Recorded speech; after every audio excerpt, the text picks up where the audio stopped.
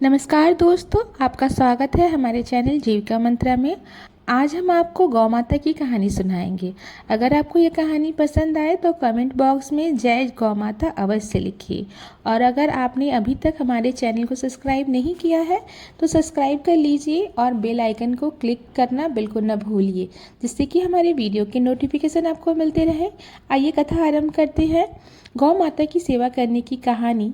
किसी गांव में एक साहूकार साहूकारनी रहते थे। साहूकारनी बहुत ही धार्मिक प्रवृत्ति की थी। वह पूजा पाठ करती थी।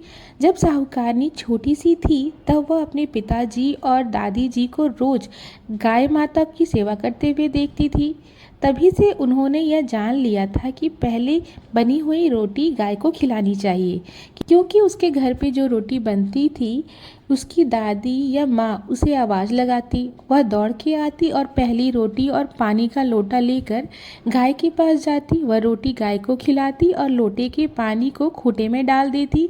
इसी तरह समय बीतते गया और साहूकारनी बड़ी हो गई और अच्छा परिवार देखकर उसके माता पिता ने उसका विवाह कर दिया। विवाह के बाद वह अपने ससुराल आ गई, लेकिन उसकी दिनचर्या वही रह गई। जब भी रोटी बनती तो वो पहली रोटी गाय को खिला देती और लोटे से खूंटे में पानी डाल देती। उसकी यह गौ भक्ति देखकर उसकी सास ससुर और उसके पति बहुत खुश होते थे। लेकिन एक दिन साहूकारनी ने अपनी सास ससुर से गाय लेने के लिए कहा तो उन्होंने गाय ले ली। साहूकारनी सुबह जल्दी उठती, गाय को चारा डालती और वहाँ साफ सफाई करती, गाय का गोबर उठाती और उसके उपले बनाती, गाय का दूध निकालती। सब काम खत्म करके जब खाना बनाती तो पहली रोटी गाय को खिलाती। समय बीतता गया। गाय माता की कृपा से साहूकारनी ने एक पुत्र को जन्म दिया। अब साहूकारनी के घर में हमेशा गाय रहती थी और वह गाय माता की खूब सेवा करती थी। गाय के सभी काम वह समय पर और सेवा भाव से करती, साथ ही परिवार के लोगों का भी ध्यान रखती थी।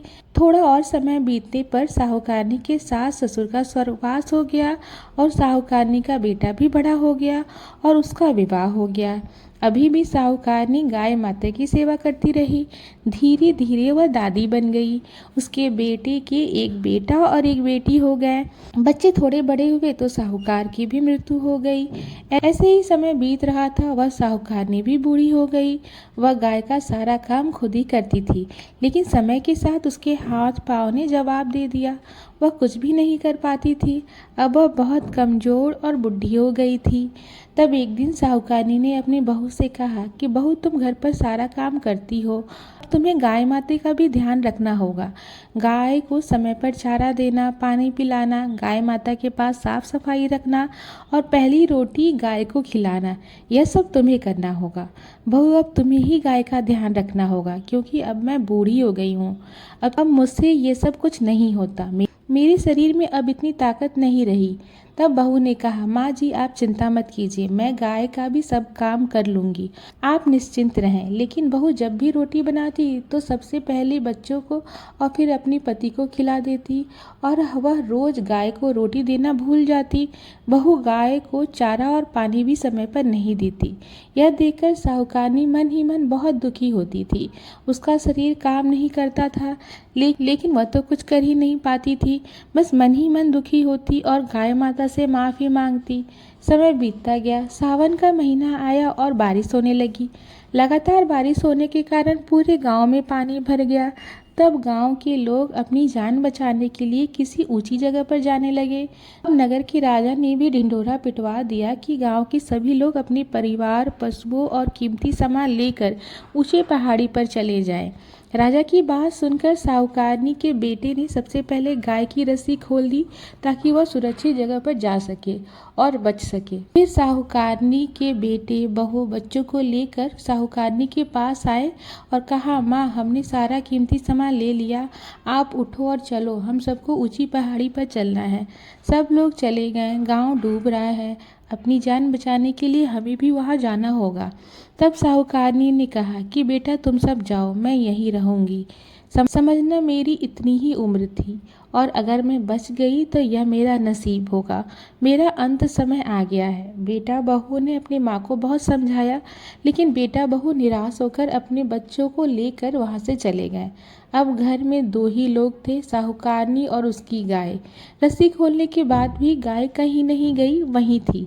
सबके जाने के बाद गाय साहूकारनी के खाट के पास आकर खड़ी हो गई। पूरा गांव, खेत, राजा का महल सब पानी में डूब गया, लेकिन साहूकारनी का घर पानी में नहीं डूबा। अभी भी बारिश हो रही थी। साहूकारनी ने अपनी गाय की पूंछ पकड़ ली। 3 दिन तक बारिश होती रही और साहूकारनी गाय की पूंछ पकड़कर वहीं बैठी रही। फिर चौथे दिन बारिश रुक गई और पानी नीचे हो गया। अब सब लोग वापस घर लौट आए। उन्होंने देखा कि सब लोगों के घर, खेत, यहाँ तक कि राजा का महल सब कुछ डूब गया है। फिर लोगों की नज़र साहूकारनी के घर पर गई तो वे बड़े आश्चर्यचकित रह गए। साहूकारनी का घर एकदम सही और सूखा हुआ था। यह खबर सब जगह आग की तरह फैल गई। जब राजा ने यह खबर सुनी तो राजा और गांव के सब लोग साहूकारनी के घर पहुंचे। साहूकारनी को देखा वह आश्चर्यचकित रह गए, क्योंकि साहूकारनी अभी भी गाय की पूंछ पकड़कर बैठी थी। तब राजा ने साहूकारनी से पूछा कि बूढ़ी माँ, बारिश में हम सब का घर, महल सब डूब गया, लेकिन तुम्हारा घर कैसे बच गया? हम सब यह जानने के लिए ही तुम्हारे घर आए हैं। तब साहूकारनी ने कहा, महाराज, मुझे और मेरे घर को तो मेरी गाय माता ने ही बचाया है। मैंने अपने पूरी जीवन गाय की सेवा की है, हमेशा पहली रोटी गाय को खिलाई है। यह इस पुण्य का फल है। यह सुनकर साहूकारनी के बेटे बहू बहुत शर्मिंदा हुए और अपनी माँ से माफ़ी मांगते हैं। तब साहूकारनी ने राजा से कहा कि महाराज, सभी किए गए दान धर्म का फल मृत्यु के बाद मिलता है, लेकिन गाय की सेवा करने का फल जीते जी ही मिलता है। साहूकारनी की बातें सुनकर राजा भाव विभोर हो गए और गाय को रोटी खिलाने का चमत्कार तो उनके सामने ही था। फिर राजा ने पूरे राज में ढिंढोरा पिटवा दिया कि पहली बनी हुई रोटी हमेशा गाय को खिलाएं और गाय माता की सेवा करें। जय हो गाय माता की। हे गाय माता, जैसे आपने साहूकारनी की रक्षा की, वैसे ही आपकी सेवा करने वाले और इस कथा को सुनने वाले, पढ़ने वाले सबकी रक्षा करना।